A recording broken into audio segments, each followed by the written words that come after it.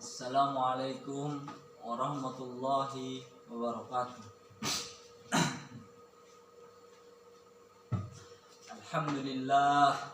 Alhamdulillahi rabbil alamin. Wasta'inu ala umurid dunya waddin. Wassalatu wassalamu ala asrafil anbiya'i wal mursalin wa ala alihi wa sahbihi ajma'in. Amma ba'd. Sebelumnya atau pertama-tama, marilah kita panjatkan puja dan puji syukur kita kehadirat Allah Subhanahu wa Ta'ala yang telah melimpahkan rahmat serta karunia-Nya sehingga kita semua dapat berkumpul di tempat yang insya Allah mubarakah ini.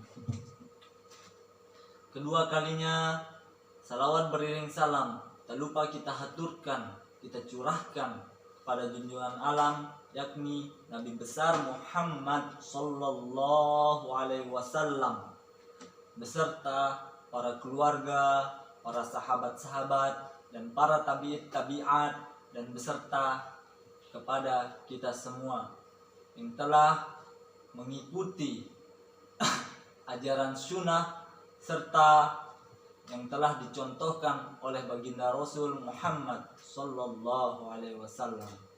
Amin ya rabbal alamin. Baiklah, pada kesempatan kali ini saya akan membawakan pidato yang bertema "Di tangan anak mudalah harapan bangsa digantungkan".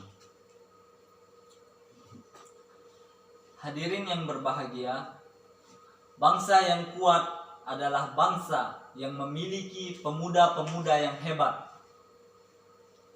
Pemuda sebagai ujung tombak perubahan yang mampu membawa bangsanya untuk bersaing dengan bangsa lain serta dapat mensejajarkan bangsanya dengan bangsa-bangsa lain pula.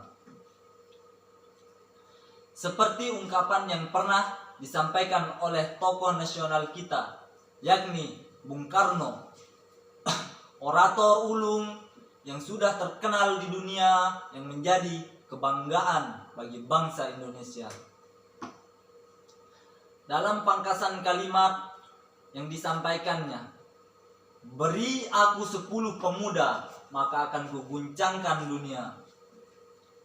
Kalimat tersebut secara tidak langsung menyinggung sekaligus menyanjung betapa pentingnya keberadaan sebuah komunitas pemuda di dalam suatu bangsa dan negara. Dalam sejarah Indonesia, dari prolog sampai epilog kemerdekaan, pemuda memiliki peran yang sangat-sangat luar biasa sebagai ujung tombak bagi negara tersebut. Karena apa? Karena pemuda mampu memberikan perubahan, tonggak kebangkitan lahirnya kesadaran dalam berbangsa dan bernegara. Hadirin yang saya banggakan, marilah kita sebagai generasi penerus kiranya perlu merenung dengan jiwa dan semangat kebangsaan serta keinginan bersatu yang tinggi untuk menciptakan suatu bangsa yang kokoh dan kuat. Teman-teman yang saya banggakan, sudah bukan menjadi rahasia umum kalau kebangkitan atau kemerosotan sebuah bangsa itu sangat dipengaruhi oleh semangat pemuda-pemudanya. Ada banyak sejarah yang membuktikan ketika kekuatan para pemuda yang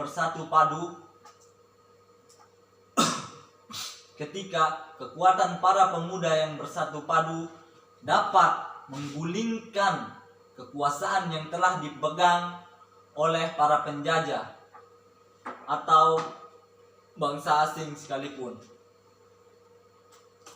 Para hadirin yang saya hormati, kita adalah generasi muda, generasi penerus bangsa. Kita menjadi harapan masa depan dari langkah negeri ini. Sebagai harapan bangsa, seharusnya kita memberikan prestasi sebagai bukti bahwa kita mampu meneruskan estafet kepemimpinan negeri ini seperti yang telah dilakukan oleh para tokoh-tokoh pemimpin, tokoh-tokoh pejuang kita terdahulu. Selain itu, pemuda juga merupakan ujung tombak bagi masa depan bangsa dan negara. Peran pemuda sangat penting untuk menjawab tantangan ke depan yang lebih baik, agar negeri ini semakin maju. Sangat dibutuhkan generasi muda yang sangat berkepribadian luhur, berbudi pekerti, dan mampu mengamalkan ilmu yang dimilikinya. Pengamalan ilmu dengan baik dan kreatif akan membuat daya saing bangsa ini di masa depan menjadi lebih baik pula. Kira-kira begitu ya. Para hadirin yang saya hormati, Indonesia adalah negara yang memiliki kepulauan dan keragaman yang unik, tersusun dari berbagai suku dan budaya, berbagai bahasa dan adat istiadat, serta beribu pulau yang saling terpisah oleh lautan. Indonesia mendapat julukan negeri agraria sekaligus negeri maritim.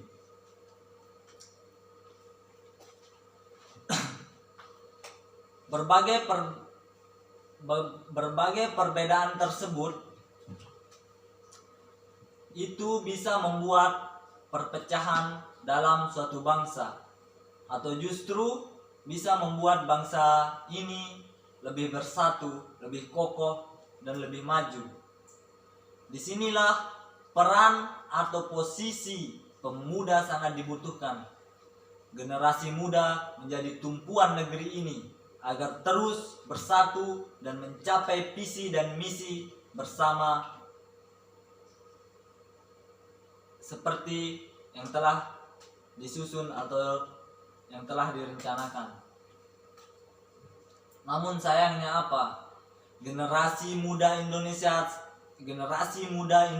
saat ini banyak yang terperosok dalam arus globalisasi yang memberikan dampak negatif. Arus globalisasi yang terlalu cepat memang memiliki dampak positif dan negatif. Dampak positifnya apa? Contohnya seperti banyak teknologi yang berkembang sehingga mempermudah seorang dalam mencari informasi ataupun menyampaikan informasi. Sedangkan dampak negatifnya apa? Dampak negatif dari arus globalisasi adalah ketika mentalitas pemuda dan generasi-generasi penerus bangsa ini semakin buruk. Contoh,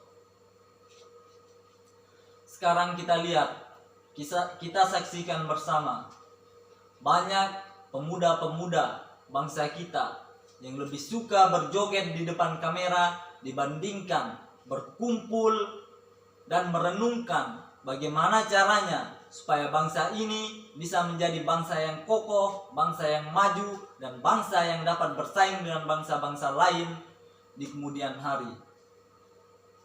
Rusaknya generasi muda bisa terjadi dengan adanya kriminalitas, mabuk-mabukan, seks bebas, dan banyak yang lainnya. Dalam hal ini sangat merugikan bagi bangsa kita ini. Karena apa? Indonesia atau bangsa kita terus membutuhkan pemimpin-pemimpin muda yang berjiwa tangguh, adil, bijaksana, dan mampu bertahan dari kuatnya arus negatif globalisasi ini.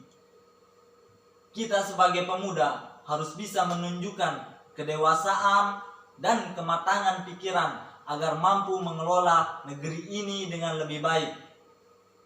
Kita juga harus memiliki karakter kepemimpinan yang adil dan bijaksana tidak hanya mementingkan urusan pribadi dan golongan saja. Setidaknya kita terus belajar dan mencoba menjadi lebih baik dengan belajar lebih giat, aktif di kegiatan sosial, dan berperan aktif dalam memberikan pendapat terhadap permasalahan-permasalahan yang sedang terjadi di bangsa kita seperti sekarang ini. Karena ingat, anak muda adalah agen perubahan bagi bangsa ini. Anak muda adalah social controlling bagi bangsa ini, yang dapat menyampaikan aspirasi masyarakat, aspirasi semua warga. Anak muda adalah generasi penerus bagi bangsa ini. Jadi, bangkitkan semangat anak muda mulai dari sekarang. Jangan sia-siakan waktu. Mulailah membangun bangsa ini agar kita selaku anak muda bisa berguna bagi bangsa ini dan bisa dibutuhkan oleh bangsa ini di kemudian hari. Mungkin sekian pidato dari saya. Jika ada salah kata atau silap kata, saya mohon maaf. Wabillahi taufiq wal hidayah. Wassalamualaikum warahmatullahi wabarakatuh.